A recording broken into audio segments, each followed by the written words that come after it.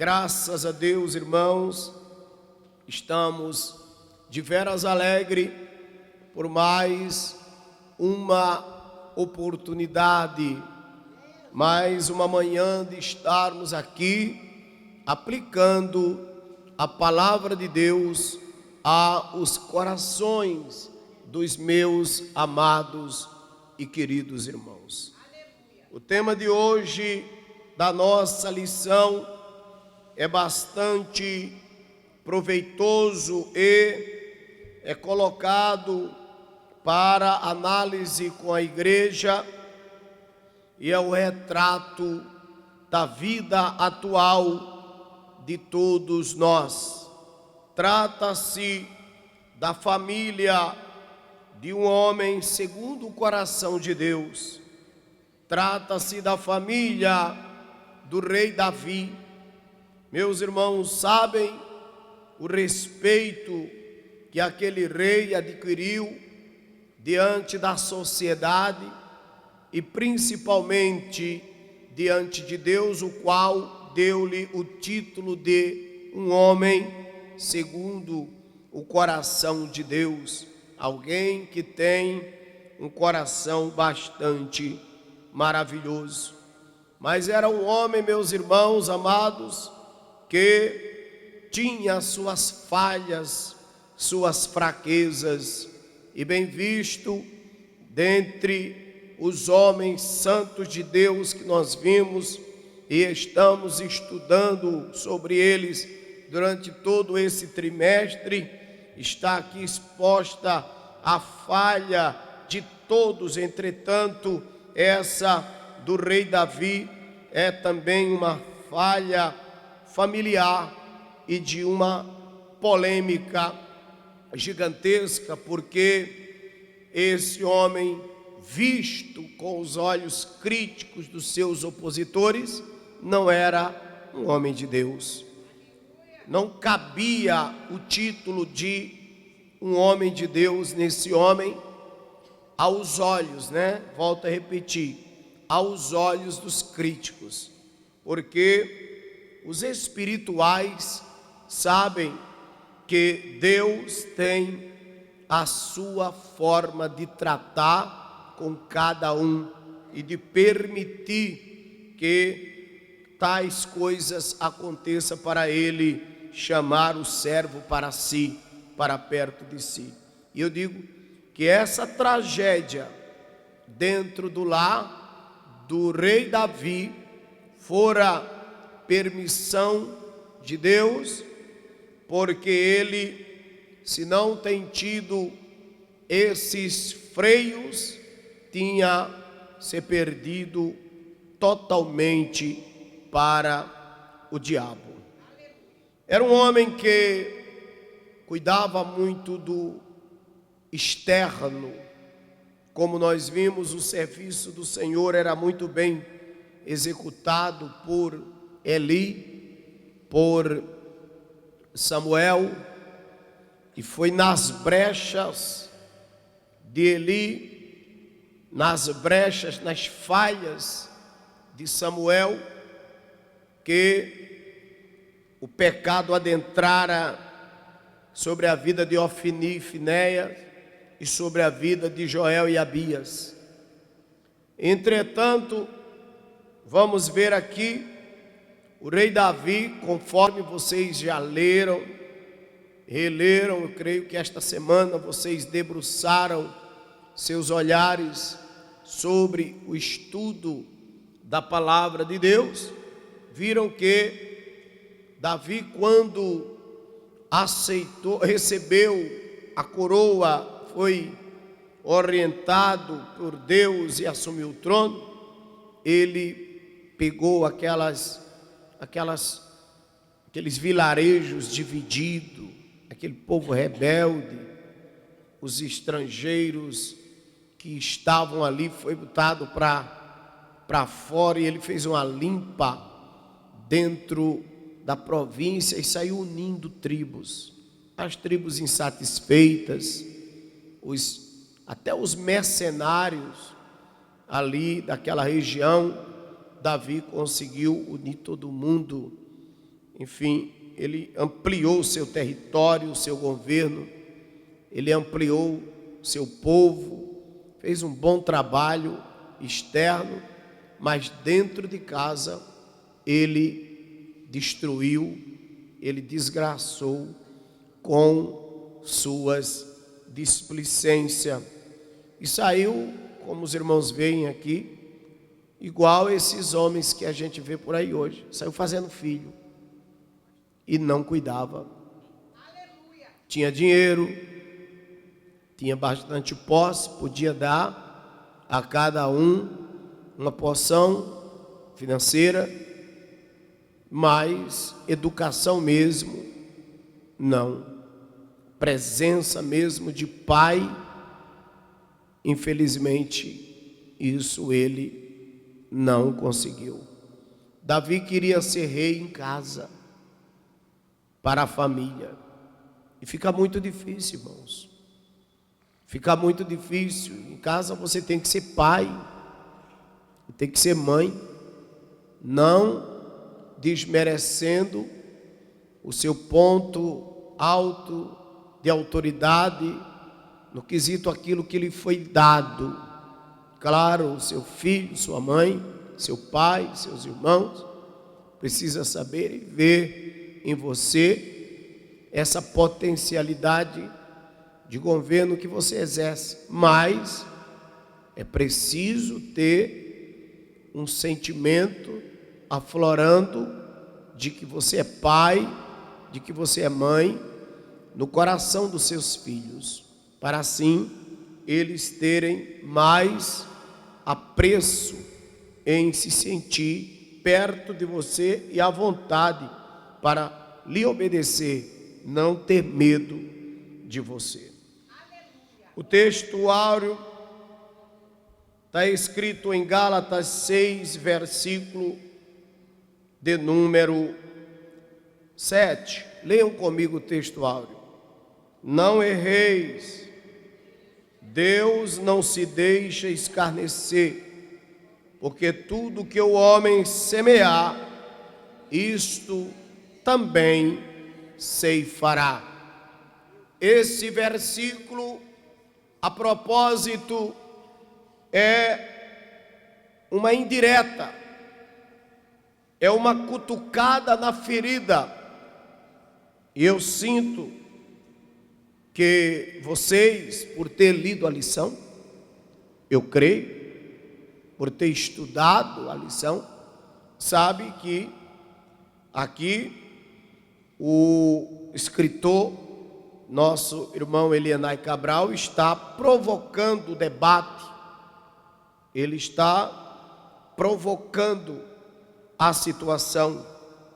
Veja, não erreis, leia de novo, Deus não se deixa escarnecer, porque tudo que o homem semear, isso também ceifará, até aquele ponto em que a mulher Abigail estava tomando banho naquela fonte. Até ali, observe um divisor de águas no reino de Davi. Ele estava tranquilo, tinha problema, mas estava tranquilo. Mas a partir daquela cena que ele viu aquela mulher, a Betseba, isso, eu errei o nome aqui. A partir do momento que ele viu aquela mulher tomando banho, veja que quando ele desperta e deseja o corpo daquela mulher, ele logo chama um moço e pergunta: quem é aquela mulher? Diz: é Betseba. E aquela mulher é esposa de quem? É esposa de Urias, teu servo, teu homem de confiança. E ele pega justamente Urias, que não era para colocar na fileira de frente, porque Urias tinha um certo cargo no exército que não lhe dava não lhe dava aquele direito de ser posto na primeira fileira, porque quem é posto na primeira fileira dos exércitos são os soldados iniciantes. É uma tropa que primeiro você põe de frente para morrer mesmo.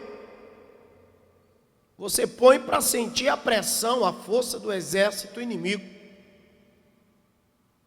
Então aqueles soldados, não vou dizer que eram de menor valia, porque todos eram importantes no exército, mas eram soldados que era contado que iria realmente morrer. E agora Davi propositalmente pega Urias e o escala para a primeira fileira, sabendo que aquele homem ia morrer e a mulher ia ficar sozinha. E meus irmãos, aquele homem morre e Davi tem caso com aquela mulher. E vejam, dali para frente, a desgraça entrou dentro da casa dele, porque ele destruiu uma família. Aquela mulher era bem casada, aquela mulher era feliz, e aquela mulher tinha planos para o seu futuro, bem como Davi já estava com a sua vida toda montada, tranquila, estava à vontade, acomodado. Esse é que é o nosso problema, meus irmãos. Olhem para mim, esse é o nosso problema. Nos sentirmos acomodados. Eu oro muito, eu me santifico muito, vou ao monte, tenho bastante intimidade com o meu Deus, mas não observa que o diabo, o vosso adversário, anda ao vosso derredor, rugindo como um leão, buscando a quem possa tragar. Estamos falando de um homem que foi derrubado. Estamos falando de um homem segundo o coração de Deus. Estamos falando da alta cúpula, do alto escalão, alguém que estava reinando, alguém que ofereceu sacrifício, que se santificava, que entrava no santuário como sacerdote, não morria. Um homem que Deus poupou a vida dele por muitos casos, muitos episódios aconteceram. Um homem que enfrentou a feitiçaria de Saul, que Saul batia tambor, fazia trabalhos pesados para o diabo matar Davi. Saul consultava as feiticeiras. O rei que antecedeu ele batizou o trono com feitiçaria. Ele pegou um lugar todo macumbado, todo endemoniado, e entrou ali e em nome do Senhor fez um trabalho maravilhoso. E o diabo disse: isso não vai ficar de graça não, isso vai ter um preço.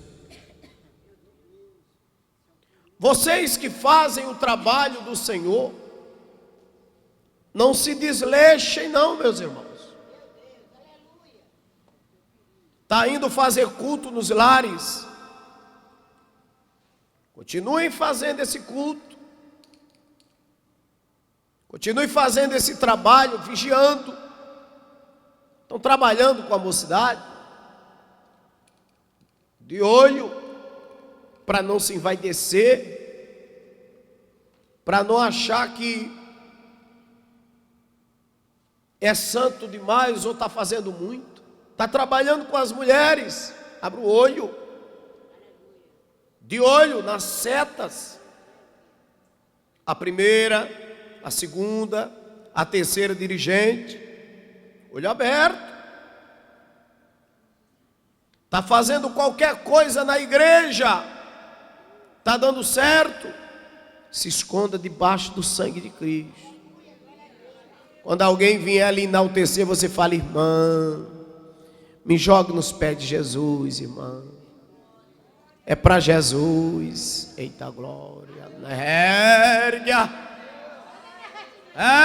Entre de reflaz. Mas fulana, tu canta bem. Ô irmã, ore por mim.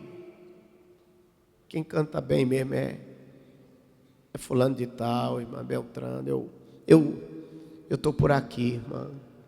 Não aceita elogio, viu? Cuidado com elogio.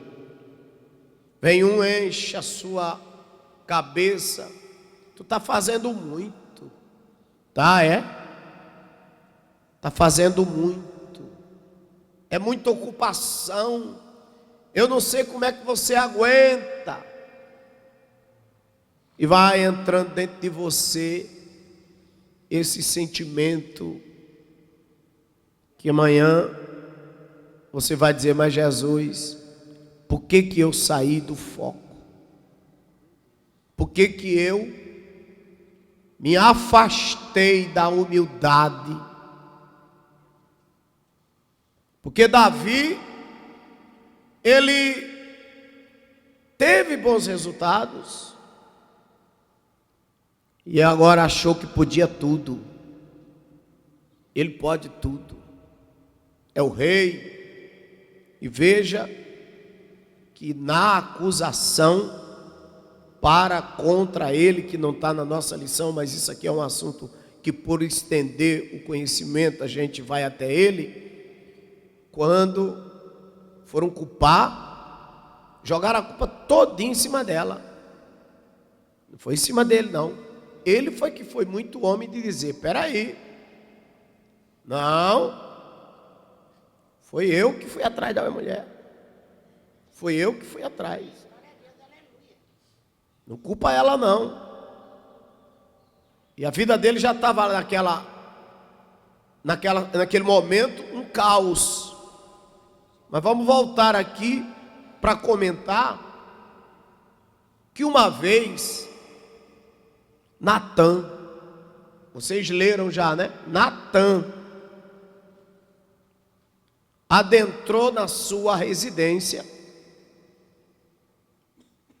e a Bíblia diz que o relato foi esse. Natã disse: Davi, meu rei, que ele estava preocupado porque estava tudo dando errado. Ele disse: meu rei, um homem tinha uma ovelhinha, só uma, era tudo para ele. Ele cuidava, ele zelava, ele tratava com o maior carinho. E um certo vizinho recebeu uma visita em casa, e esse vizinho tinha muitas e muitas e muitas ovelhas. E ele ia matar uma ovelha para fazer uma festa para o seu vizinho, para sua visita. E esse vizinho, ao invés de tomar das suas ovelhas e matar e fazer a sua festa, ele foi lá e tomou a única ovelha que aquele vizinho tinha, aquela ovelha que ele amava, que ele zelava, que ele cuidava, tomou e matou. O que deve ser feito com um homem desse? Aí Davi disse: esse homem tem que ser morto, esse homem tem que ser castigado, esse homem é um miserável, esse homem é um ingrato, é um injusto, é um filho de Belial. E aí Natã, tomado pelo Senhor, disse: esse homem é você. Aleluia. Você tomou a mulher de Uzias. Você mandou o homem para a guerra para morrer. Você matou a Uzias para ficar com a mulher dele. E agora a mão de Deus pesou. Vocês leram na leitura oficial? O que diz a leitura oficial que a gente lê? Versículo 12, 2 Samuel 12:12. Porque tu fizeste em oculto, mas eu farei esse negócio perante todo Israel e perante o sol. Aleluia. O que tu fizeste, Deus revelará. Teu pecado será exposto. Aleluia. Tua maldade será explícita quando vier para cima de ti as mazelas, quando te verem chorando pelos corredores do palácio, quando te verem com a mão na cabeça, feito um louco desequilibrado, saberão: Deus feriu o rei. Não se engane, a Bíblia diz: quem usa de engano não permanece aqui, ó. Nem aí. Engana por um tempo, mente por um tempo, esconde por um tempo, é massageado, mas o triste fim virá. Eu digo para esta congregação o quanto é perigoso brincar com Deus,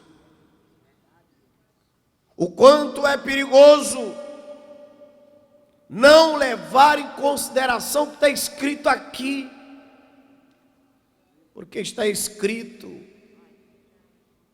isso daqui é muito importante, é muito sério. Eu fico pensando, meus queridos irmãos, o que é que essa igreja está fazendo quando essa igreja se recusa a obedecer à voz de Deus. Aqui tem irmãos que, mesmo sabendo que está pondo em jogo a sua salvação, não se dobra. Eu pergunto, meu Deus, que instinto é esse?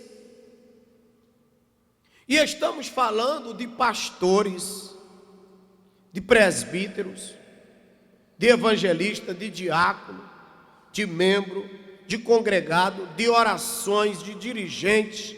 Estamos falando de tudo aqui, porque aqui não tem só um lado, não. Aqui a faca corta para dois lados. A Bíblia diz que a espada do Senhor, a palavra, é uma espada de dois gumes. Corta para lá e corta para cá.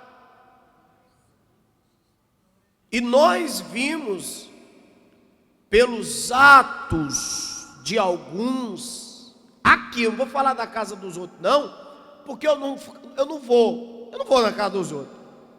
Uma vez, estávamos em uma escola bíblica de obreiro no Recife, e o nosso saudoso pai, pastor José Leôncio, me lembro que eu ainda muito jovem naquela escola bíblica,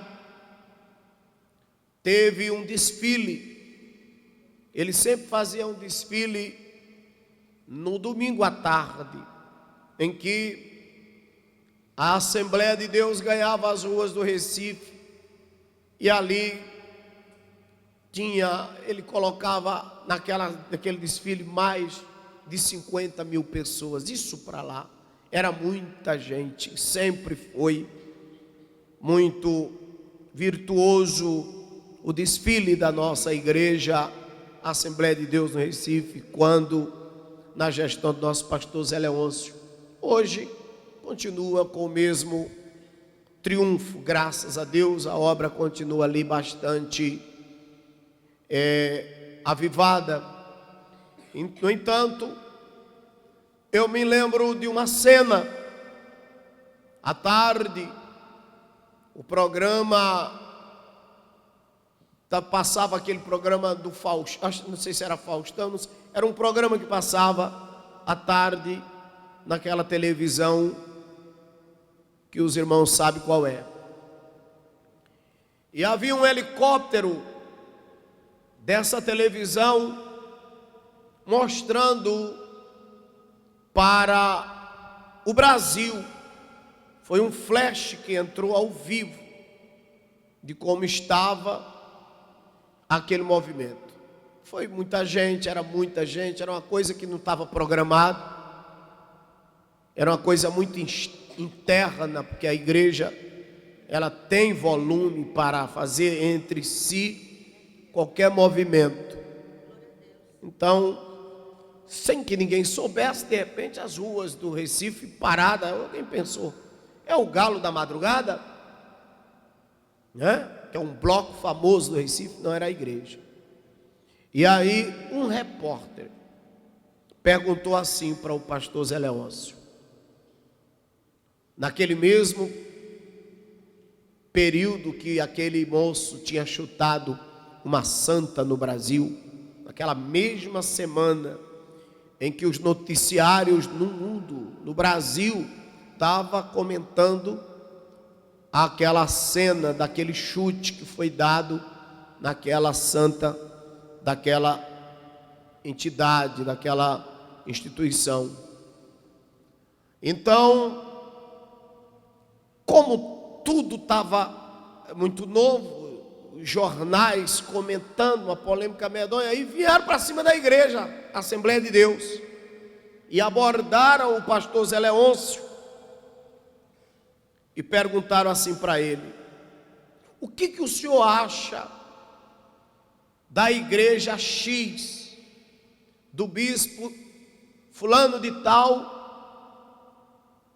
que chutou a imagem? E o pastor Leôncio respondeu: não sei. Aí o jornalista perguntou: mas como que não sabe? Ele disse: eu não sei falar nada da casa dos outros, só sei falar da minha. O que você me perguntar da minha igreja eu lhe respondo, mas o que você me perguntar da dos outros, eu não posso responder.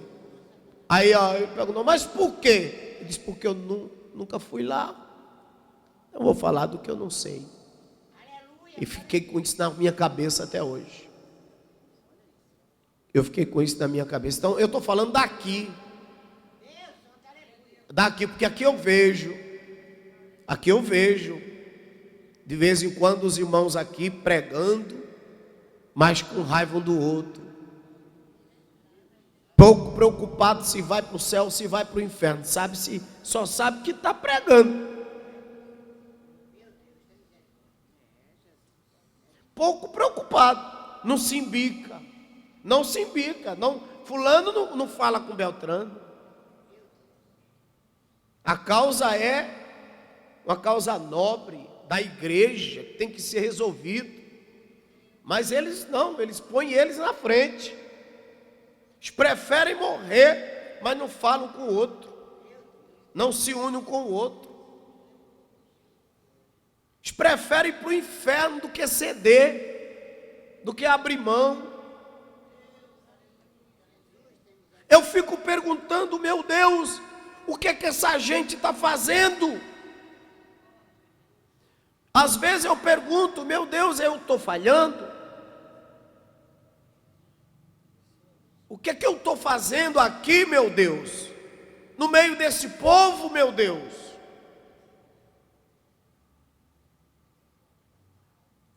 Vai aqui um alerta para os alunos de hoje, para os alunos dessa escola, para os que estão em casa. Vocês tomem cuidado. Vocês brincam com Deus, Vocês brincam com Deus. Vocês estão vendo o rosário de erros que estamos abordando nesse trimestre. Vocês estão vendo o que aconteceu na família de Abraão, na família de Isaac, na família de Jacó, na família de José, na família de Ruth, Noemi, né? Lembra? Vocês estão vendo o que aconteceu na família de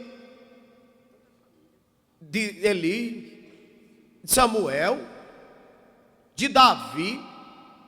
Vocês estão, só se vocês estiverem com essa lição na mão e não estiverem lendo. Até porque eu fico observando que existem pessoas que têm coragem de ficar em casa, podendo estar aqui na escola bíblica dominical. Essa irmã chegou doente aqui hoje, mas veio. Dei que assuminar. Chegou doente, mas chegou. E eu falei para ela, eu prefiro a senhora doente aqui. Eu já dei aula aqui doente também. Já. Mas eu cancelei viagens importantíssimas para estar aqui aplicando a lição da escola bíblica dominical a vocês. Porque sei o quão importante é dizer isso, ensinar isso, mas a alegria de um pastor é ver que a igreja está mudando. Glória a Deus, irmãos. A igreja está mudando. A igreja está leve, a igreja está maleável, a igreja está unida, a igreja está mais crente, a igreja está abrindo mão do seu eu.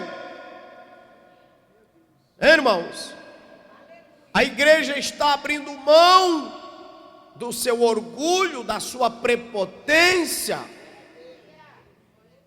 por uma causa: o céu. O céu. Então Davi, como todos sabem, ouviu, ainda na nossa leitura em classe, a seguinte frase, versículo 10, 2 Samuel 12, leiam todos comigo, está aí na lição. Agora, pois, não se apartará a espada jamais da tua casa, porquanto me desprezasse e tomasse a mulher de Urias, o heteu, para que te seja por mulher. Foi aqui que Deus abertamente falou com ele por boca de Natã. Deus disse: Davi, não adianta mais, a partir de hoje, isso aqui vai se tornar um inferno. Tua casa vai se tornar um inferno. O lar de Urias, que você destruiu, você vai ver a mesma desgraça destruindo o seu.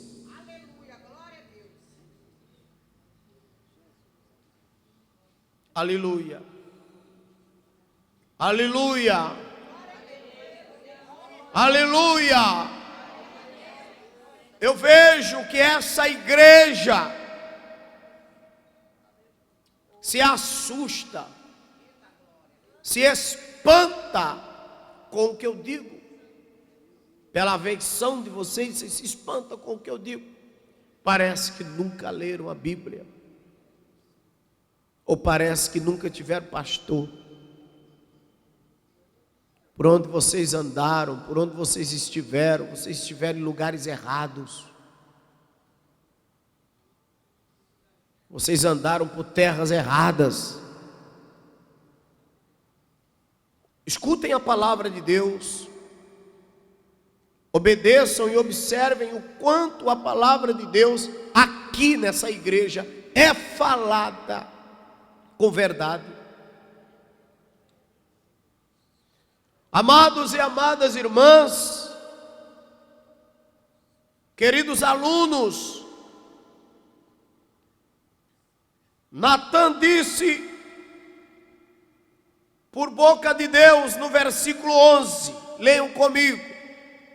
Assim diz o Senhor: eis que suscitarei da tua mesma casa o mal sobre ti, e tomarei tuas mulheres perante os teus olhos, e as darei ao teu próximo, o qual se deitará com suas mulheres perante este sol.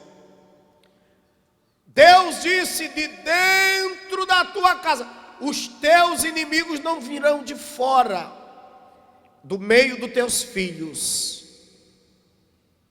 Os teus inimigos vão ser os teus filhos. E quem foi que se deitou com as mulheres de Davi?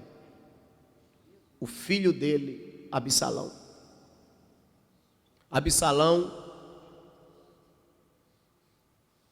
fazia orgia com as mulheres de Davi. Todas aquelas concubinas que Davi tinha, mulheres lindas e maravilhosas, Absalão se rebelou contra o pai, virou inimigo número 1 de Davi e pagava para aquelas mulheres se prostituir à luz do dia, só para envergonhar o pai. E Deus tinha dito aqui: tuas mulheres vão se deitar com teus inimigos, e os teus inimigos da tua própria casa.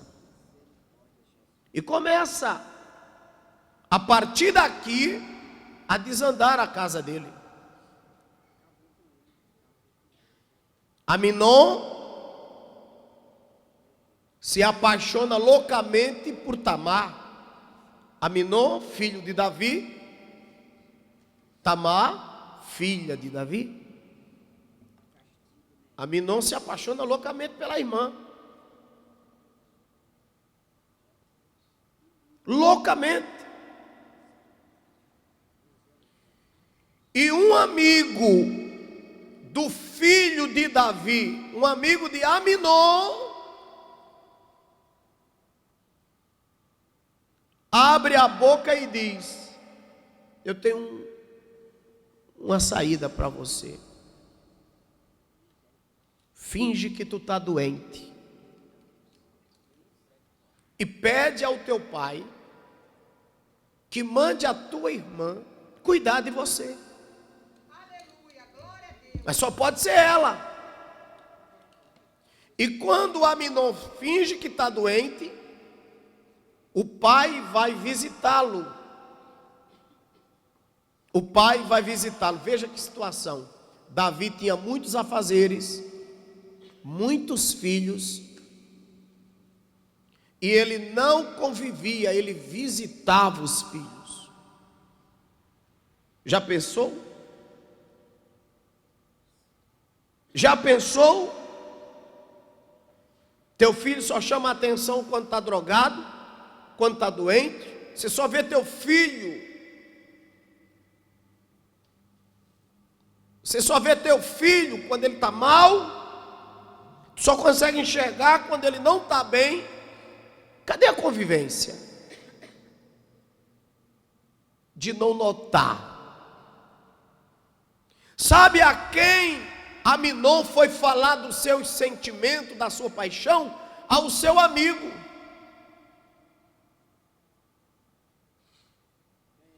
Ele confiou no seu amigo, e o seu amigo tinha para ele um conselho miserável: finge que tu está doente, pede a teu pai para mandar ela te visitar.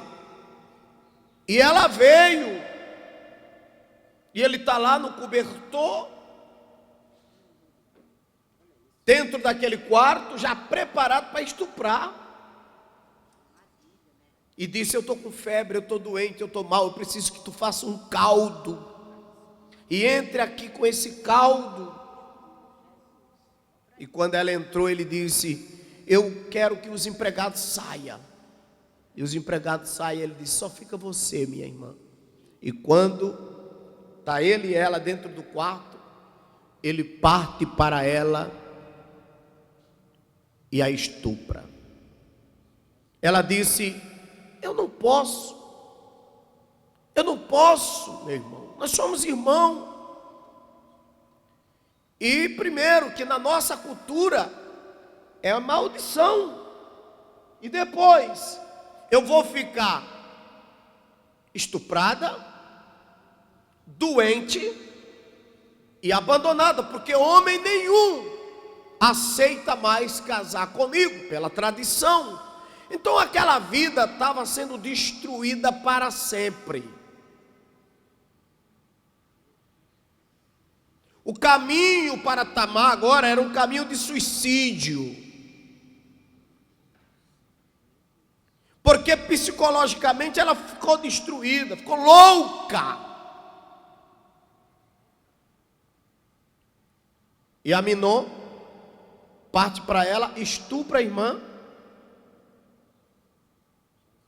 E de quem ela era irmã? Tomou todas as dores. Absalão, o outro irmão. E Absalão disse: meu pai está sabendo disso? Aí disseram: tá. E o que ele fez? Nada. Nada, porque estava ocupado, né? Estava ocupado, estava fazendo com que as tribos se entendessem, estava ajuntando fora e separando dentro. Davi estava despachando dessas alturas, reunido com governos, com chefes de tribos, estava preocupado com o trono, em manter o trono. E o pior, olhe para mim, o pior, na cabeça de Davi, Deus estava abençoando. Na cabeça de Davi, Deus estava nele, Deus estava no negócio. O que era isso? Acomodação, meus irmãos, espiritual. É quando o obreiro, quando o crente cai na desgraça, no sono da indolência, de achar que está tudo bem, está tudo bem, não se preocupe, não tem nada anormal não, bispo. Aleluia. Tem. Eu estou falando que tem. Aleluia. Igreja, Deus está dizendo: acorde.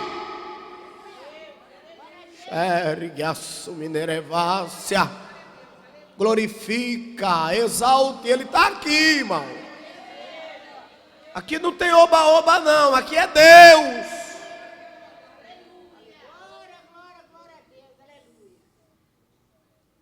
E meus irmãos, quando ele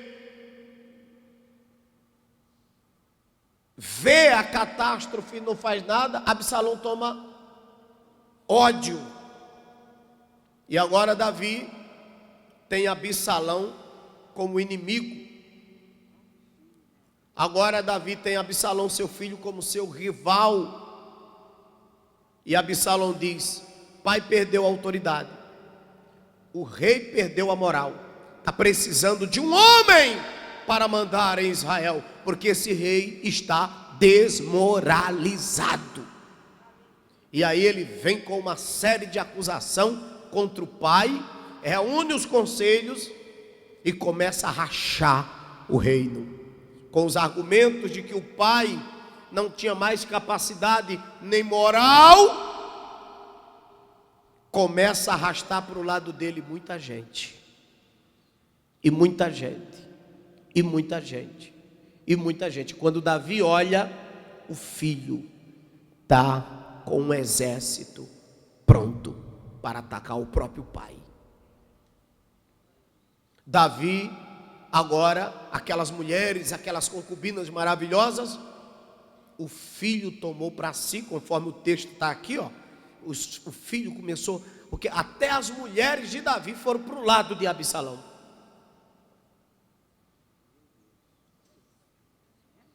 Cadê os abraços? Cadê os beijos? Cadê o vigor? Cadê agora? Quando Deus sai da tua vida, não fica nada senão a vergonha.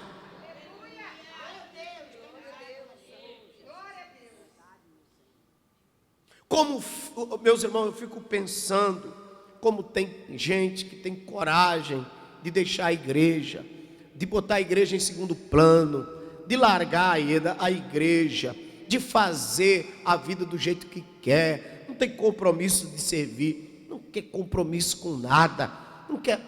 Meu Deus, eu fico pensando, eu digo, meu Senhor Jesus, será que o erro está em mim, meu Deus? Será que sou eu que sou exagerado? E Deus me diz, não, é que são muitos chamados e poucos escolhidos. E eu posso garantir isso, irmãos. São muitos chamados e poucos escolhidos mesmo. Porque nós observamos essa palavra, isso aqui é para ensinar a gente, isso aqui não é para a gente discorrer nisso e esquecer amanhã não. Ô irmão, isso aqui é para a gente meditar, levar para dentro da vida da gente, irmã Vicência. Porque a Bíblia diz lá no livro de Eclesiastes, melhor é o final das coisas do que o começo dela. Vamos envelhecendo, vamos vendo o peso dos nossos pecados nas nossas costas, quando a Bíblia diz que as nossas pálpebras não têm mais o mesmo vigor de enxergar, nós não temos mais o mesmo vigor de amanusear, nossos olhos não têm mais o mesmo vigor de enxergar como antes, nossos braços já não levantam mais, quando nossas pernas já estão cansadas. Que desgraça fica para um ser humano que no vigor da sua mocidade usou e abusou aqui dentro. Cuidado, meu filho, cuidado, porque se tu tiver uma velhice desprezada por Deus, tu vai virar um trapo, um pano de chão nas mãos de Satanás, porque Satanás rasga, esfrega, humilha. Olhe,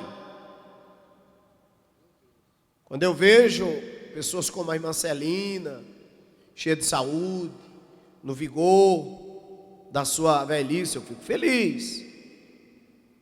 Mas já tem gente aqui que está com 40 anos e você olha, parece um filhote de cruz credo. Você olha e diz, meu Deus do céu, essa figura não vai viver muito. Maldades plantada, ódio, raiva.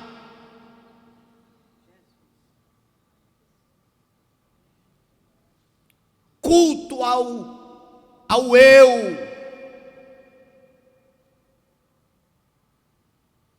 Irmãos, o mundo dá muita volta, a roda gira. Você sai cuspindo em todo mundo. Não, porque a vida é minha. O pastor, eu falei isso quinta-feira aqui, ou foi, acho que foi quinta, que tem irmão que fala, o pastor não manda em mim. Ele acha que é uma virtude dizer isso. Quando o camarada diz, o pastor não manda em mim, ele já está dizendo o seguinte: ó, não preciso do pastor. Amém? Ninguém manda em mim. Pois é. Você está aí, né? Livre, solto. Isso aí, você, ninguém te segura. Parabéns. Vamos para frente. Aleluia. Aleluia. Eu não me apego a nada. Para mim, igreja, eu não preciso de igreja. Olha, eu preciso de pastor, eu preciso de igreja, eu preciso de conselho, eu preciso ser repreendido, eu preciso do cajado do Senhor sobre mim, eu preciso do cuidado de Deus, eu preciso da escola bíblica dominical. Irmão, aleluia, tudo que você recusa, você não quer, eu quero. Eu quero. Nasci e me criei debaixo dos conselhos dos meus pastores. Passou na minha vida, pastor, recebi conselho do pastor Samuel Dionísio, que mesmo na outra igreja, mas eu gostava de ouvir ele falar. Recebi conselho do pastor Diomedes, recebi conselho do pastor Amaro Salvino, pastor José Lucena, recebi conselho, meus irmãos, do pastor Zé Leôncio, que era o nosso pai maior. Recebi conselho, meus queridos irmãos, de tantos irmãos. O presbítero Jasme é lindo, me lembro dele. Presbítero Fernando Alfaiate, oh meu Deus do céu, como aquele homem me dava conselhos. Pastor Zé Mário, irmão João Graciano, né, os evangelistas. Glória a Deus. Como esses homens somaram na minha vida. Somaram na minha vida. E até hoje, pastor Uriel de Jesus eu era considerado um dos filhos dele. Ainda sou, que ele não morreu ainda. Graças a Deus, o pastor ainda está vivo, lá em Boston. Tinha dia que eu saía daqui só para estar lá perto dele.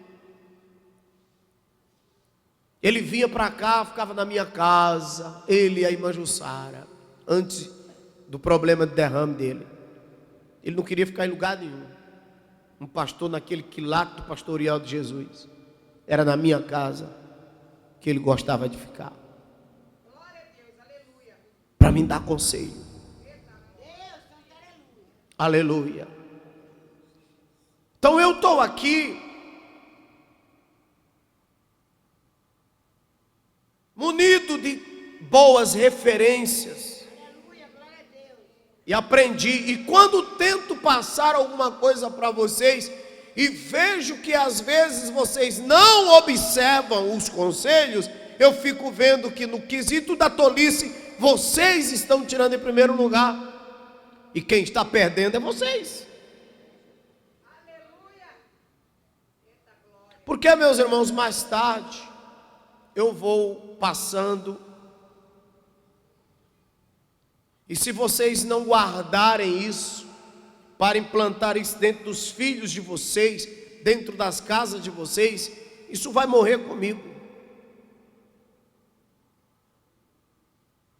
Mas não porque eu não tive a possibilidade, a capacidade, melhor dizendo, de passar, mas porque vocês não observaram.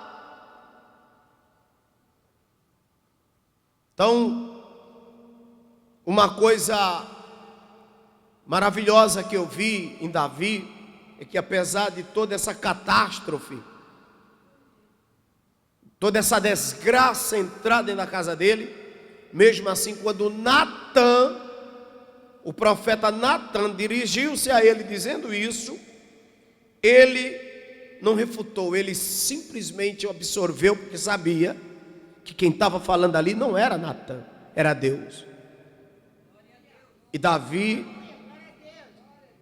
ouve e é obrigado a acatar. Ele era obrigado foi obrigado a acatar. A despeito de ter sido um grande rei, na introdução, a despeito de ter sido um grande rei e líder em Israel, Davi não foi o mesmo como pai.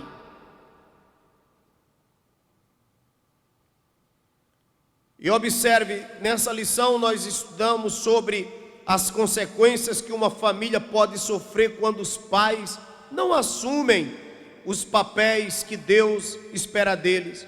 A história dramática de pecados na família de Davi pode nos fazer refletir e tem muito a nos ensinar. Veremos que essa família não era funcional e por causa das omissões do rei, presenciou episódios de incesto, rebelião e morte. Incesto, rebelião e morte. O filho dormindo com a mulher do pai. E vejam que Absalão matou Aminon. O irmão matou o outro. O irmão estupra o outro. O filho dorme com a mulher do pai. Pensa nas consequências. Fica aí dando mole, desculpa usar até o termo, né? Dando mole, que chama, né? Fica aí brincando com Deus e não abre o olho para o que está acontecendo dentro da tua casa, não. Meu pastor, a minha filha está estranha. E você está servindo a Deus direito? Eita glória. Meu pastor, meu filho está estranho. E você está servindo a Deus direito? Isso aí é quando você está se afastando do altar. Você está se afastando do altar, tua família está virando uma desgraça. Glória a Deus. É.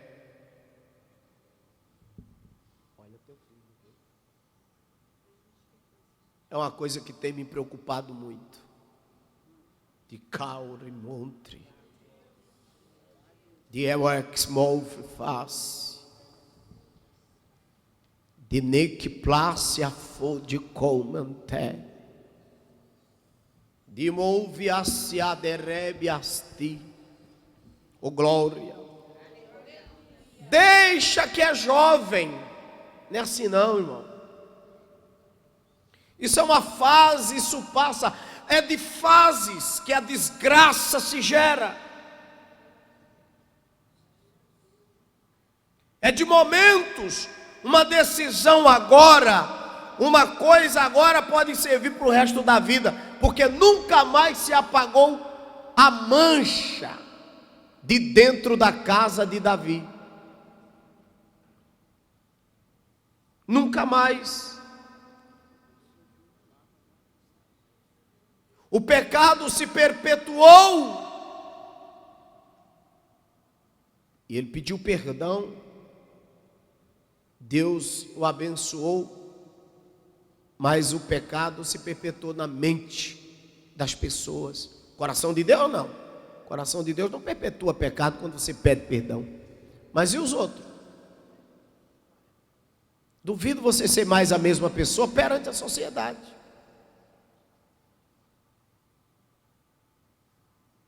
Tanto é que o fim de Davi foi que ele morreu querendo uma coisa e Deus deu outra.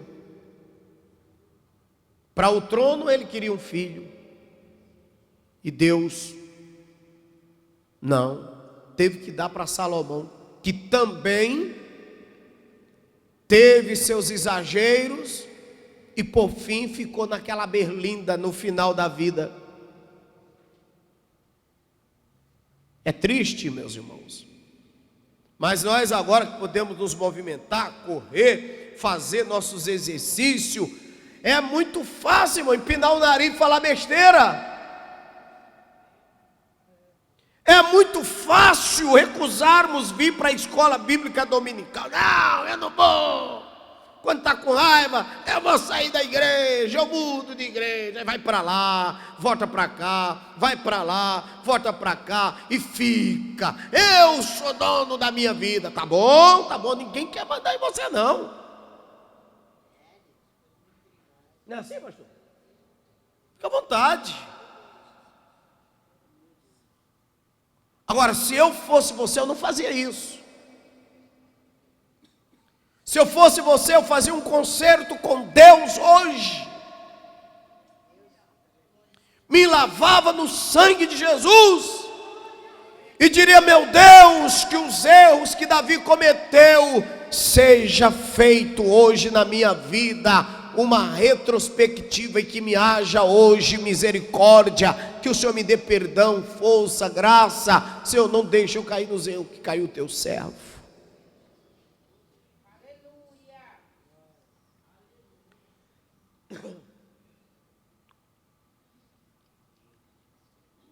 Nós temos um primeiro tópico, só para dar um resumo, e o primeiro subtópico, Davi, ungido por Deus. O livro de 1 Samuel mostra a decadência do reinado de Saul e o processo da escolha de Davi a respeito de um homem segundo o seu coração para assumir o lugar do primeiro rei de Israel. Assim Deus levou Samuel à casa de Jessé, o belemita, pois ali havia separado o novo rei ungido de Deus, Davi. Nesse momento a Bíblia diz que desde aquele dia em diante o Espírito do Senhor se apoderou de Davi. Leia comigo 1 Samuel 16 e 13. E aqui eu vou comentar rapidamente para vocês uma coisa. Veja, o Espírito de Deus se apoderou de Davi por qual motivo? Por qual motivo? Porque ele foi consagrado. Ele foi consagrado. Unção não se desfaz. Unção não se desfaz. Então você que é obreiro da casa do Senhor e não assume tua posição e não assume a tua postura, eu não vou fazer nada por você, mas Deus vai te matar.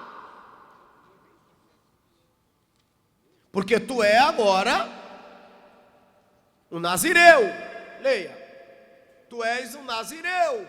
Tu está brincando com o ministério. Então Samuel tomou o vaso do azeite e ungiu no meio dos seus irmãos.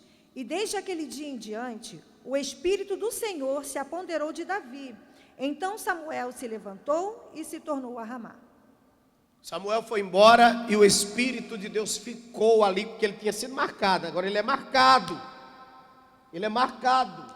Ele vai morrer com essa responsabilidade. Foi dado a ele uma responsabilidade. E assim Deus levou Samuel à casa de Jessé e aí ungiu. Vamos falar do segundo tópico, Davi, o homem de Deus. O Espírito do Senhor operou poderosamente na vida de Davi. Não havia dúvida de que Deus o capacitara para desempenhar a importante missão na monarquia de Israel.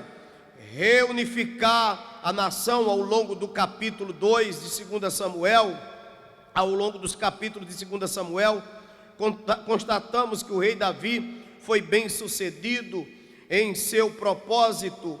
Paulatinamente as tribos foram reconhecendo a sua autoridade. 1 Samuel 2 e 4. Bora rapidamente, porque eu quero tempo. Pode me ajudar, Daiane. 2 e 4. O arco dos fortes foi quebrado, e os que tropeçavam foram cingidos de força. Ali a gente vê Davi ganhando musculação, né? Na sua administração. E assim Davi unificou a monarquia, foi vitorioso em tudo o que o Senhor era com ele para realizar.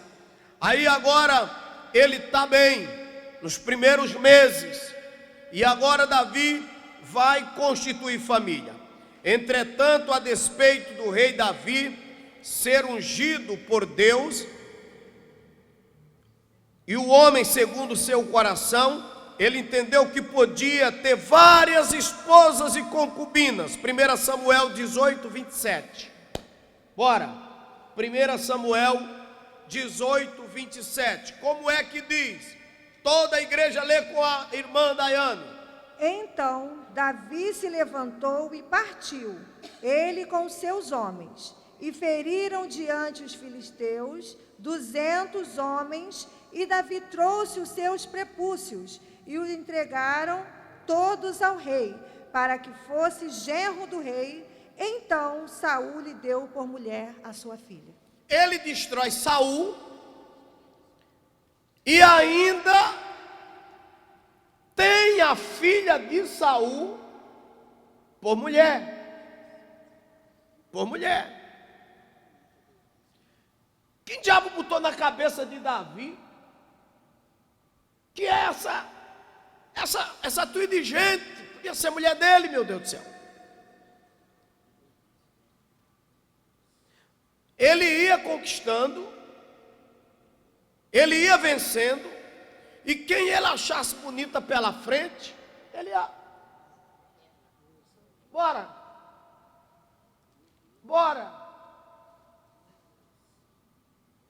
Qual é o compromisso familiar que havia, meus irmãos, na responsabilidade desse homem? Eu quero falar para você, meu querido irmão, que tem espírito de prostituição na sua vida. Irmão, você que tem esse espírito de prostituição na sua vida, tire isso de você. Isso aqui é um espírito de prostituição, irmão. Um espírito de prostituição onde eu quero me deitar com a pessoa, mas eu não meço as consequências. Que é isso? Rabiacamanas, Ramante Okeminas. Quem dá glória a Deus? Os irmãos estão gostando da escola, irmão? Quem está amando a escola, dá glória a Deus. Aleluia. Naturalmente, com todos esses casamentos, Davi teve mais de 20 filhos, e ao ter tantos filhos e filha, acabou caindo na displicência com eles. Ele priorizou apenas os assuntos do reinado de Israel, com as principais atividades suas, e as conquistas territoriais com as guerras, e esqueceu-se de que tinha famílias espalhadas em vários lugares. Seus filhos tornaram-se problemas, seus filhos tornaram-se muitos problemas em sua vida pessoal. Glória a Deus.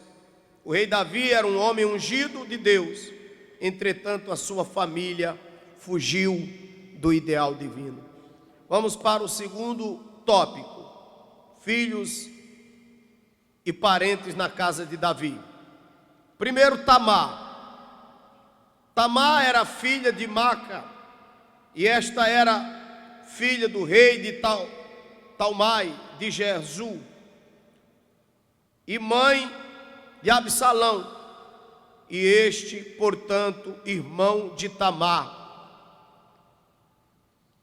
Uma mulher bonita e virgem, sua beleza atraiu Aminon, seu meio-irmão, filho primogênito de Davi, com Ainoá. Tamar. Essa moça aqui, filha donzela, bonita, foi ela que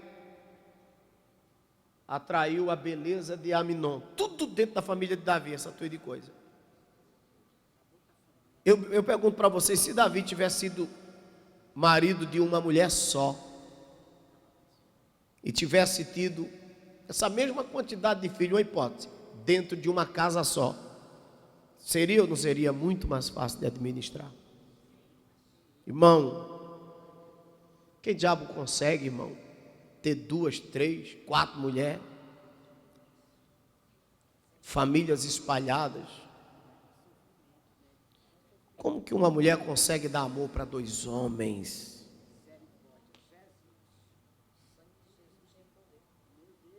Está tudo errado, irmão, porque por isso que Deus fez macho e fêmea, deu um para o outro, casal. Só funciona se for dois, irmão. Louvado seja Deus. Vamos agora falar de Absalão. Absalão era irmão de Tamar. Irmão de Tamar, viu, irmãos?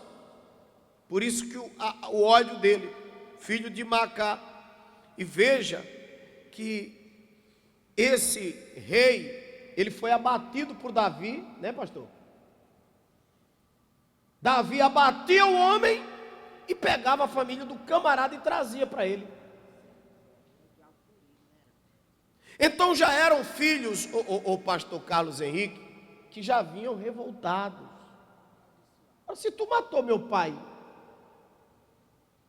e tu quer ser meu pai, que amor eu vou te dar? Observe que essas famílias foram construídas por ódio. Era pura vaidade mesmo. Era só por vaidade, porque naquela época os reis tinham esse costume. Quando abatia o outro, trazia a família do rei consigo. Mas o reino de Deus não era assim que Deus queria. Era irmão de Tamar, filho de Macá, terceiro filho do rei Davi. Nos capítulos 13 a 19 de 2 Samuel, sua história está registrada em detalhe. Seu nome tem a ver com paz, mas, ironicamente, sua história nada tem a ver com paz. Absalão assassinou Aminon, seu meio-irmão, conspirou e rebelou-se contra o seu pai Davi.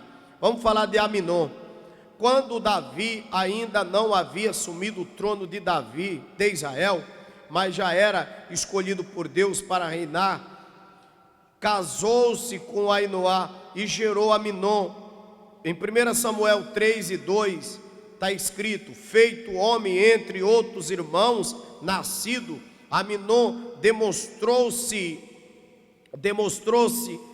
ser desajustado emocionalmente e dominado por paixões carnais. Foi por causa desse comportamento que ele se apaixonou doentemente por a meia-irmã Tamar. Aminon ficou doente de angústia e de desejos incontinente por ele, e por isso não comia nem bebia, totalmente dominado por essa paixão e ao mesmo tempo desconhecida por Tamar, porque Tamar não sabia que Aminon amava ela desse jeito. Só que Aminon, como o comentarista já diz e os textos bíblicos já mostram, ele era prostituto. Aminon já tinha esse costume. Sim. Não é amor, não. Aqui nem. Não vê um sentimento aqui, amor, não. Era paixão. Era aquele tipo de homem que dizia: eu quero essa mulher. E só se conformava quando tinha na cama. Né? Como tem mulher assim também. Né? Tem mulher que é assim. Isso é demônio. Jonadab. É agora que entra o amigo Jonadab. Teu filho, toma cuidado, porque ele pode estar tendo a amizade de Jonadab. Aquele maconheiro, aquele fumador de maconha, aquele tomador de cachaça, aquele bagunceiro, arrumador de prostituição. Jonadab sempre tem uma, e a dele tem uma amiga. Jonadab tem sempre um lugarzinho no carro sobrando, ou quer sempre entrar no carro do teu filho. Jonadab era primo de Aminon. Geralmente, né, os primos que eles procuram, né? Não se espelha geralmente nos primos. Deus abençoe meus sobrinhos. Mas eu digo direto para a Júlia, minha filha, tem algumas coisas ali que não dá para ir, viu? Vá não. Não vá não. A gente não fala mal de ninguém, irmão, mas a gente, quando vê alguma coisa errada, a gente fala: ó, tu tá vendo tua prima, né? Tu tá vendo teu primo, né? E aí os nossos filhos ficam muitas vezes olhando para os primos. Nossos filhos têm um costume de olhar para os primos, não tem? Então não tem? Sobre a faria. Jonadab era primo de Aminon, filho de Semié, irmão de Davi. Segundo o que a Bíblia registra, era um homem sagaz, de maus pensamentos em seu coração. 1 Samuel 13, verso 3. 2 Samuel 13, 3. Vem ler, minha irmã. Ele não era flor que se cheire. Tinha, porém, Aminon um amigo, cujo nome era Jonadab, filho de Simeia, irmão de Davi. E era Jonadab homem muito sagaz. Homem muito sagaz, enxerido.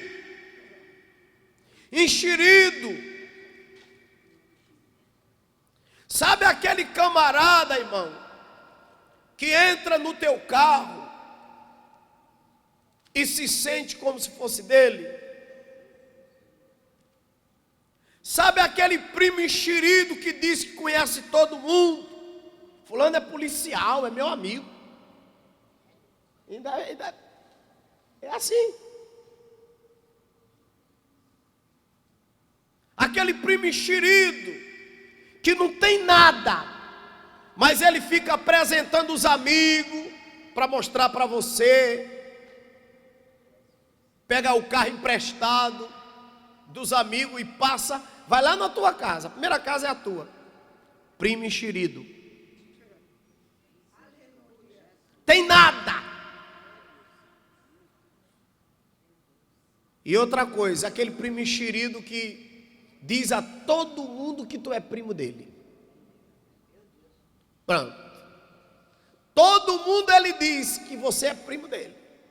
E quer tirar selfie com você, foto perto de você. Tem primo enxerido. Por isso que a escola dominical é boa, né, irmão? Tá orando pelos seus primos, tá?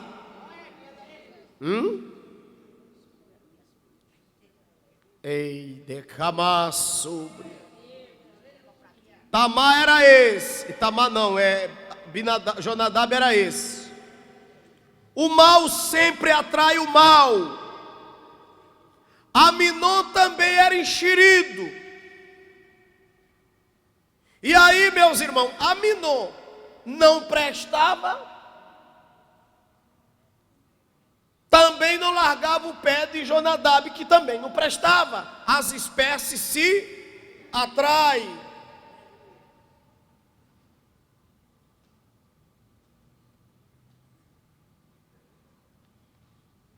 O mal sempre atrai o mal. E por isso esse homem induziu Aminon a satisfazer sua paixão com um plano de mentira que envolvia Davi. Tamar era a grande vítima dessa situação. Em 2 Samuel 13, versos 5 a 11, está escrito: Jonadab dá conselho para Tamar, dá conselho para Aminon fingir que estava doente. É o tipo de amigo que não se deve ter por perto. Quando se vive algum problema pessoal ou familiar, ele é um exemplo concreto do mau conselheiro. E veja que depois o próprio Davi foi vítima também de outro amigo, Aitofel. Aitofel era amigo de Davi e amigo de Absalão. Dava conselho a Davi e dava conselho a Absalão. Outra desgraça.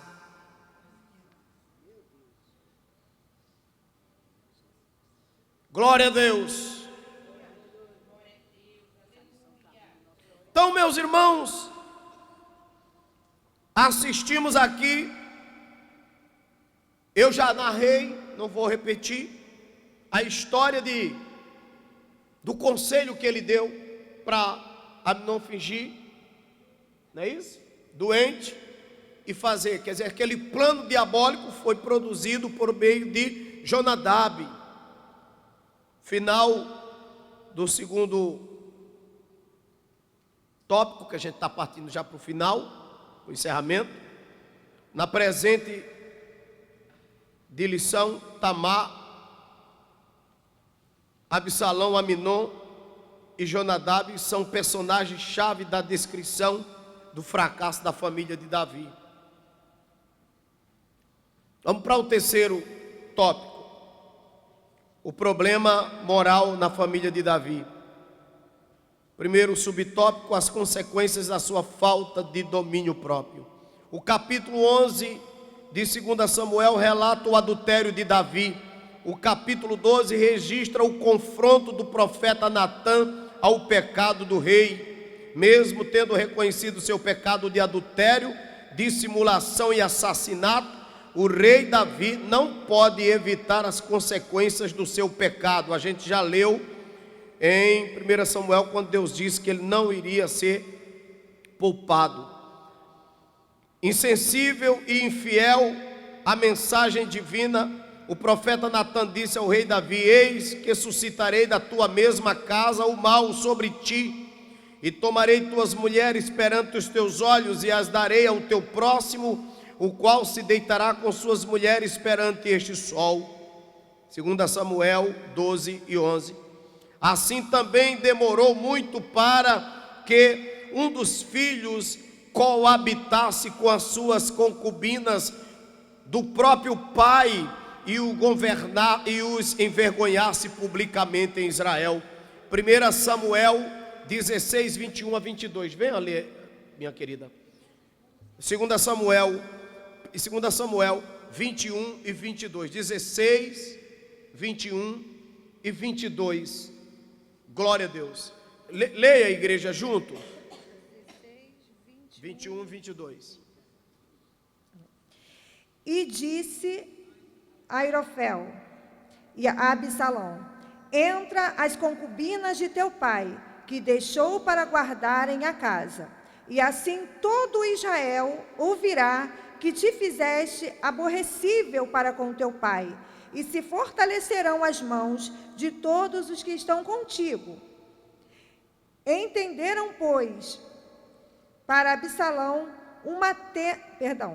estenderam, pois, para Absalão uma tenda no terrado, e entrou Absalão as concubinas de seu pai perante os olhos de todo Israel. Perante os olhos de todo Israel, Absalão estava dormindo agora com as mulheres do próprio pai. E um detalhe que vocês observaram: quem foi que deu conselho para fazer aquela desgraça na vida de Aminon? Quem foi que deu conselho? Quem foi, meus irmãos? Jonadab. Agora aparece uma figurinha aqui dando conselho a Absalão. Quem foi? Aitofel, outro amigo do diabo. Sim. Esse Aitofel também estava dentro da parentela, né? Agora olhem e observe essas influências. Você já está desgraçado, não procura a igreja? Para de contar teus pecados, tuas coisas cabeludas para alguém aqui, tá? Eita glória.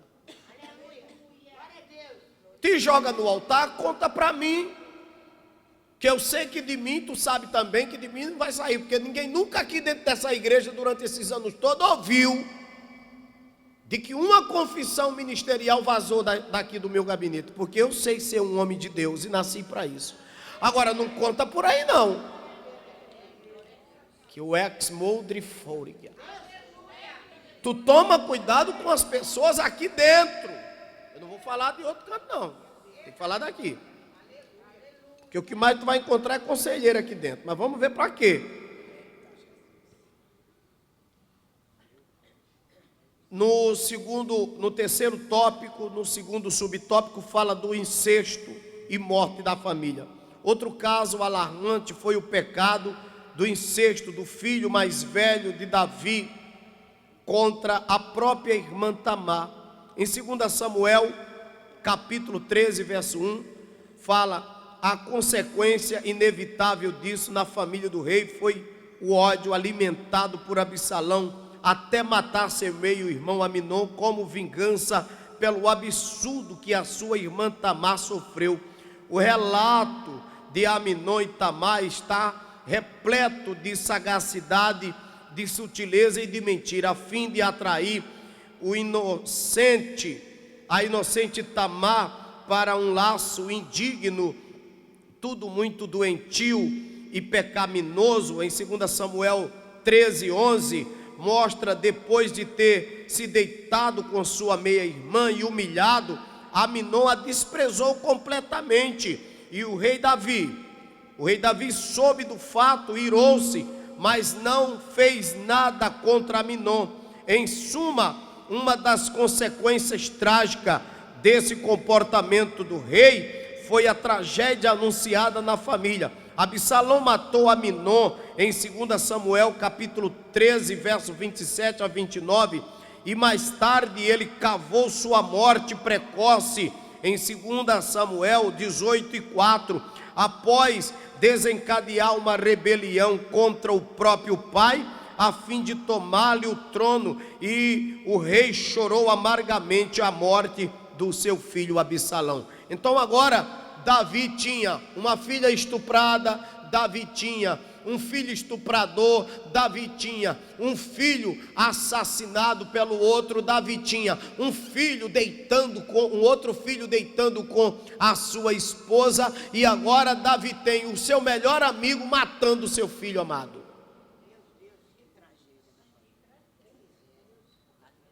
Essas desgraças todas aconteceram assim, ó, porque quando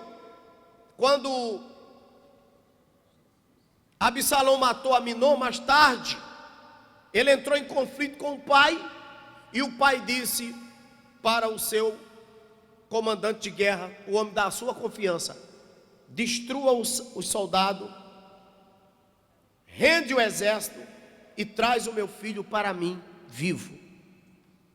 E a Bíblia diz o quê? Que Davi estava lá sentado, quando vem um carteiro, um mensageiro correndo: ei, a guerra acabou, trago notícias, a guerra acabou. Davi, graças a Deus, ele ouviu minha oração, a guerra acabou. Aí ele pergunta: e o meu filho Aminon? A resposta é: está morto. Aminon não, Absalão está morto. Meu filho está morto. Quem matou? Seu mensageiro, seu melhor amigo.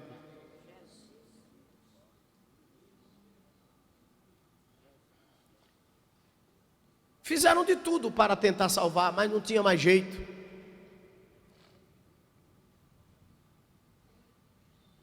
Porque a confiança que Davi tinha em Joabe era muito grande. Era muito grande. E ele deu a Joabe uma missão de ir rendê-lo, não matá-lo. Mas não houve jeito. Era Deus que estava matando. O Senhor já não estava mais ouvindo Davi, já não estava mais fazendo o que Davi queria. Nem esse pedido, deixa meu filho vivo, Deus atendeu. O Senhor se apoderou da espada de Joabe e o matou, passando por cima do pedido de Davi. Quando Deus começar a recusar teus pedidos, é um sinal de que Ele não está mais contigo. Tu cuidado, porque Deus vai começar a recusar os teus pedidos.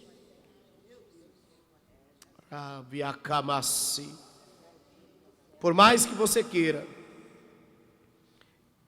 eu amo a Deus, mas vamos falar do terceiro subtópico, a vigilância, proximidade e exemplo. Essa história do problema moral da família de Davi ensina-nos e ensina todos os pais a respeito da importância da vigilância, da proximidade e do exemplo na família. É muito importante desenvolvermos uma relação sóbria e equilibrada com os nossos cônjuges e filhos, parentes e pessoas próximas da nossa família. Infelizmente não estamos livres de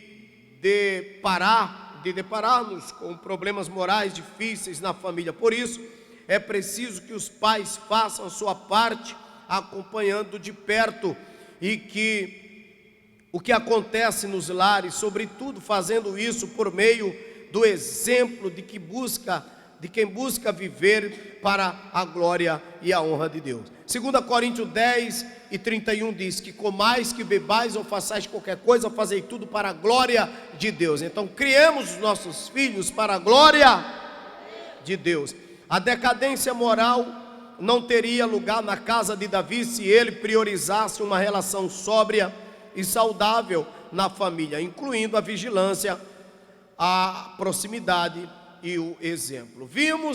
Conclusão, vimos que a família do rei Davi era disfuncional e que trouxe problemas de longo prazo para a sua família. Por isso, é preciso cultivar os valores da palavra e em nossos lares, que os pais exerçam seu papel em casa, transmitindo esses valores e comportamento de perto.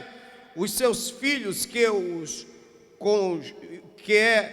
os cônjuges tenham um relacionamento que traga equilíbrio, segurança aos filhos. A vida cristã e familiar é a maior prevenção contra os desajustes da atualidade. Revisando o conteúdo, as perguntas. O que o livro de 1 Samuel mostra a respeito da monarquia de Israel? Resposta: o livro de 1 Samuel mostra a decadência do reinado de Saul e o processo da escolha de Deus a respeito de um homem segundo o seu coração para assumir o lugar do primeiro rei de Israel, Davi. Pergunta 2: quem era Tamar? Era filha de Davi com Macá, a irmã de Absalão. Terceira pergunta: como podemos identificar Aminon? Era o irmão de Tamar, filho de Macá, terceiro filho do rei Davi. E quarta pergunta: quem confronta o pecado de Davi? O profeta Natã. A resposta.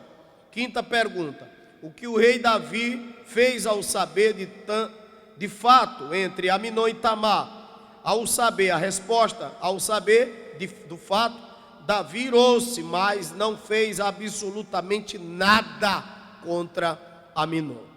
Vamos ficar de pé, meus irmãos. Vamos ficar de pé. Eu quero pedir ao pastor Carlos Henrique faça uma oração em cima desse caso, desses fatos. A igreja toda de pé vai orar. Eu peço a vocês que se coloquem no lugar desses homens, dessa família, e aprendam bastante, amada igreja. Vocês precisam aprender. Essa é a voz de Deus para essa igreja. Você que está em casa, ore conosco agora. Paz do Senhor, igreja, oremos em nome do Senhor Jesus. Nosso Deus e nosso eterno Pai, que o Espírito Santo que o Senhor enviou para nos guiar toda a verdade, para nos fortalecer, para nos ajudar, que é o penhor, a garantia da nossa salvação, meu Deus, venha nos orientar, Senhor, para que nas batalhas do dia a dia, quando aqueles momentos melhores, aqueles momentos que nós vencermos, não sejamos como Davi, que entrou, meu Deus, em um comodismo, e por causa disso, veio a abrir brechas para que o mal, que às vezes, Senhor, já se encontra na natureza humana, mas males que são consequências até mesmo de decisões nossas, meu Pai, essas coisas venham suscitar, meu Deus, contra a gente, e possamos perder o controle da situação. Não, meu Pai, nós te pedimos, nos ajude, porque o Senhor mesmo disse certa vez: basta cada dia o seu mal. Quando a tua palavra diz, Senhor, que nós devemos andar em espírito, que nós, meu Pai, que a carne é fraca, nós temos as lutas, nós temos os problemas da nossa natureza humana, mas Espírito Santo, dentro da tua misericórdia, da tua graça, eu te peço em favor desta igreja, nos fortaleça, meu Pai, nos fortaleça, nos dê a direção. Meu Deus, Davi pedia a direção para as guerras, para as batalhas, tinha vitória, mas não pedia a direção na hora de tomar decisões pessoais, na hora de tomar decisões particular, familiar. Meu Deus, em nome do Senhor Jesus, eu te peço a tua força, a tua direção, em nome de Jesus Cristo, amém. Dá-me mais graça, Senhor, dá-me mais graça, aleluia.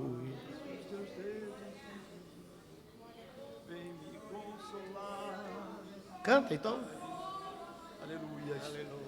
Dai-me mais graça, Senhor, dai-me mais graça. Passa os teus dedos nos meus olhos, vem me consolar. Dai-me mais graça, Senhor, dai-me mais graça. Faz-me em Cristo outra vez ser mais que vencedor. Aleluia, Jesus. Levante a mão e dá glória, glória, glória a Deus. Queria que você carinhosamente, respeitosamente, aleluia, agora pegasse o seu dízimo, sua oferta, e vamos entregar a Deus estas ofertas e sacrifício. E eu quero falar com você que me assiste em casa, aleluia, Deus te abençoe, Deus te prospere. Compartilhe para todo mundo essa palavra, essa mensagem. Mostre para todo mundo esse ensinamento. Não deixe as pessoas, aleluia, sem esta palavra. Em nome do Senhor Jesus Cristo. Glória a Deus. Convido as classes que estão separadas para já juntar-se aqui. Em nome de Jesus. Glória a Deus. Agora, toda a igreja de pé para a gente orar pelos dízimos com a irmã Daiane. Aleluia, glória a Deus. Nossa, o seu lugar é aqui.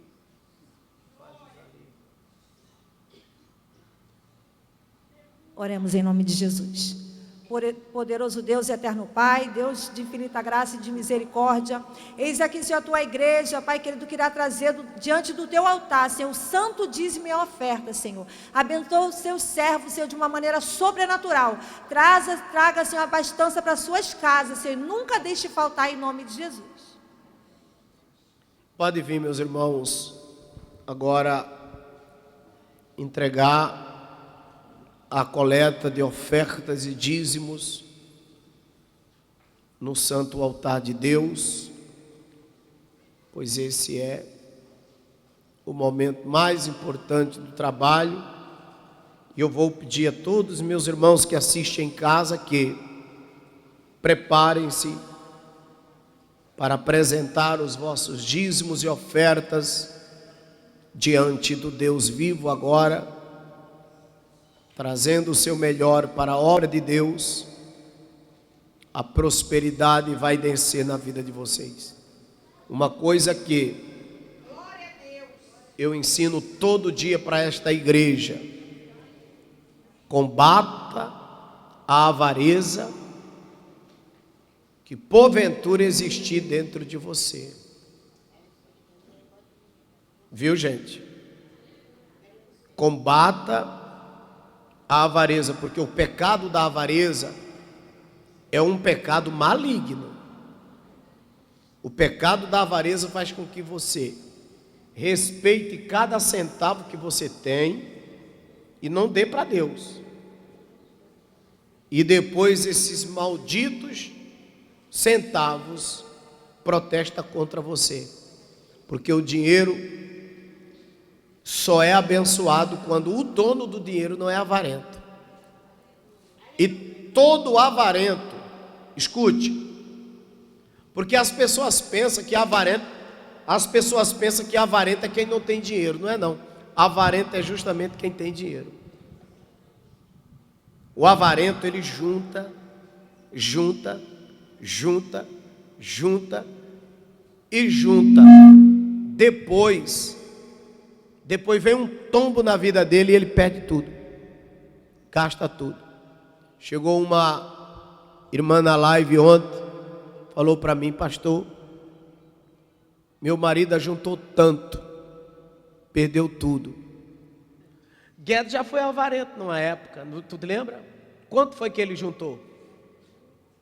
Juntou uns 700 mil, não foi? Depois que ele juntou uns 700 mil, o camarada foi lá e roubou os 700 mil. Foi por isso que Guedes veio parar aqui dentro, irmão. Guedes chegou aqui, tadinho, sofrendo. Chega aqui. Ó, escuta esse testemunho. Eu vou dizer uma coisa: avarento não é quem não tem dinheiro, tá? Avarento é quem tem e não dá. Fala. Amém. O Senhor, Ele me aceitou e eu fiquei durante 5 anos buscando sozinha. Eu ia a todos os cultos, terça, quinta e domingo, estava a Daiane lá na igreja sozinha com a Bíblia debaixo do braço orando. E eu orei esse tempo todo e meu esposo não vinha para a presença do Senhor. Mas eu entreguei na mão do Senhor e fiz a minha parte. E a partir do momento que eu parei de fazer segundo as minhas forças, mas segui a instrução do Espírito Santo de Deus, o Senhor mesmo, Ele encaminhou o Guedes para onde ele tinha que vir, que era para essa casa. E a partir do momento que ele começou a caminhar, não porque eu estava falando que ele tinha que ficar onde eu estava, mas quando eu deixei ele ser conduzido também pela mão do Senhor, né? O Senhor moveu e fez tudo para que acontecesse o que aconteceu. E graças a Deus ele encontrou essa casa e hoje eu estou aqui lado a lado com meu esposo, em nome de Jesus. Ele juntava dinheiro ou não juntava? Juntava. Juntava dinheiro. E não colocava em banco. Ele juntava dinheiro. Olha, irmão, todo avarento é avarento justamente porque tem dinheiro. Avarento é quem tem e não dá. Quem não tem, não é. A pessoa às vezes não tem, mas o pouco que ela tem, ela dá. Mas você está aqui pedindo 100 reais. O avarento, ele tem para dar. E ele vê quem não tem dando. Dereme Castro. Quem não tem dá, mas o avarento não dá, porque ele é avarento. Aí o que acontece? A Bíblia diz o quê? Irmão, é preciso aprender. Hoje é a escola dominical. Ai de ti, destruidor, que ainda não fosse destruído. Isaías diz isso. Aí você ajunta um montão. E quando você tem aquele montão de dinheiro, você vai ficando achando mais difícil ainda dar. É impressionante. O avarento é miserável. É um demônio, irmão. Está na Bíblia que é um demônio.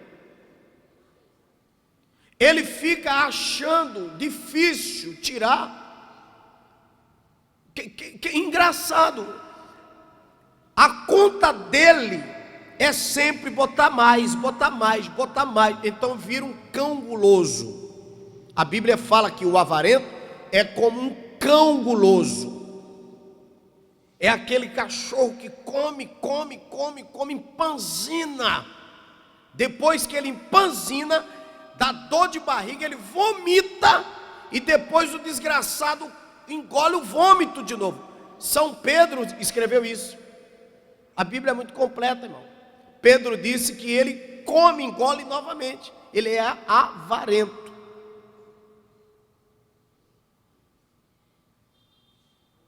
O avarento não se preocupa com a saúde dele, com a segurança dele, com a vida dele. O avarento, não. O avarento só se preocupa em ajuntar. E a Bíblia diz assim: quão difícil é entrar no reino de Deus os que possuem essas coisas.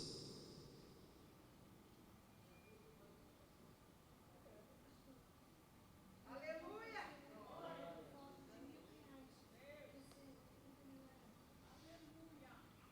Essa daqui não é avarenta, não. Essa daqui vende coisa lá em Magé. Eu nunca vi uma mulher para ofertar tanto como essa.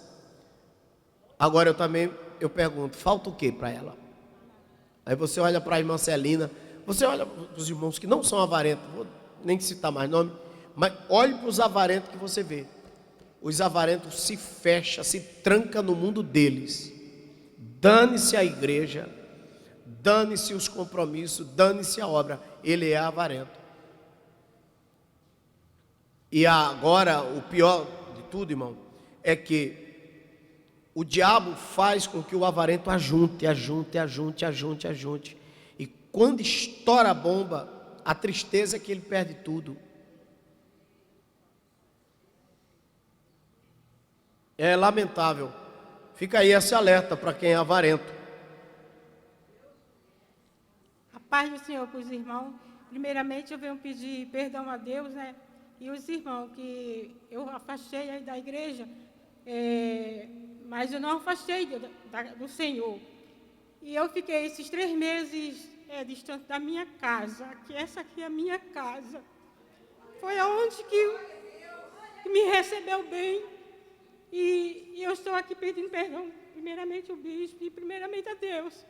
Mas eu sempre estava ligado nas programações do bispo. E eu fiz um propósito com Deus. Falei, Senhor, eu fiz uma coisa que no banco, botei um dinheiro no banco e esse dinheiro caiu numa conta errada. E eu falei, Senhor, era 5.500. Caiu numa conta errada. Eu falei assim, Senhor, se é para a tua honra e glória do Senhor, se o Senhor estiver na minha vida a partir de hoje, eu vou voltar para a tua casa e esse dinheiro vai voltar para mim de novo na minha conta, para a honra e glória do Senhor. No mesmo dia o dinheiro estava na minha conta, os 5.000. E está aqui, eu fiz um propósito de R$1.000, pastor, para que Deus devolvesse o que o diabo tinha tirado de mim. E ele devolveu, eu fiz um propósito de R$1.000, estou entregando aqui no altar do Senhor. E também eu fiquei esse tempo, eu guardei meus dízimos. Fui na igreja, estava indo na igreja, não afastei da casa do Senhor, estava sempre na igreja, lá pertinho de casa. Eu falei assim, mas eu não vou desistir de ir para a minha igreja, e eu vou hoje. Aí Satanás sempre coloca quando você chegar lá, ninguém vai te aceitar. Eu falei, meu Deus, eu não sou nada, mas o Senhor é mais que na minha vida. E eu fui, esses 2 meses, coloquei o dízimo na casa, no altar de uma igreja. Mas só que Deus falou assim, eu não estou ali. Eu não recebo esse... Ai, pastor. Oh, glória a Deus. Eu falei, Senhor, eu coloquei no teu altar. Ele falou assim, mas eu não estou ali. Aí me perdoa, Pai, porque eu tenho desviado o dízimo da tua casa, mas o dízimo vem no teu altar. Ele falou, mas eu não estou ali.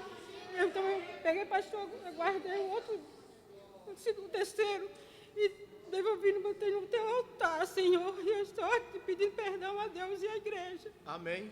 Pastor. Os irmãos recebem, irmão? Amém. Louvado seja Deus. Estamos aqui. Então, meus irmãos, Deus tem sido glorificado nesta igreja.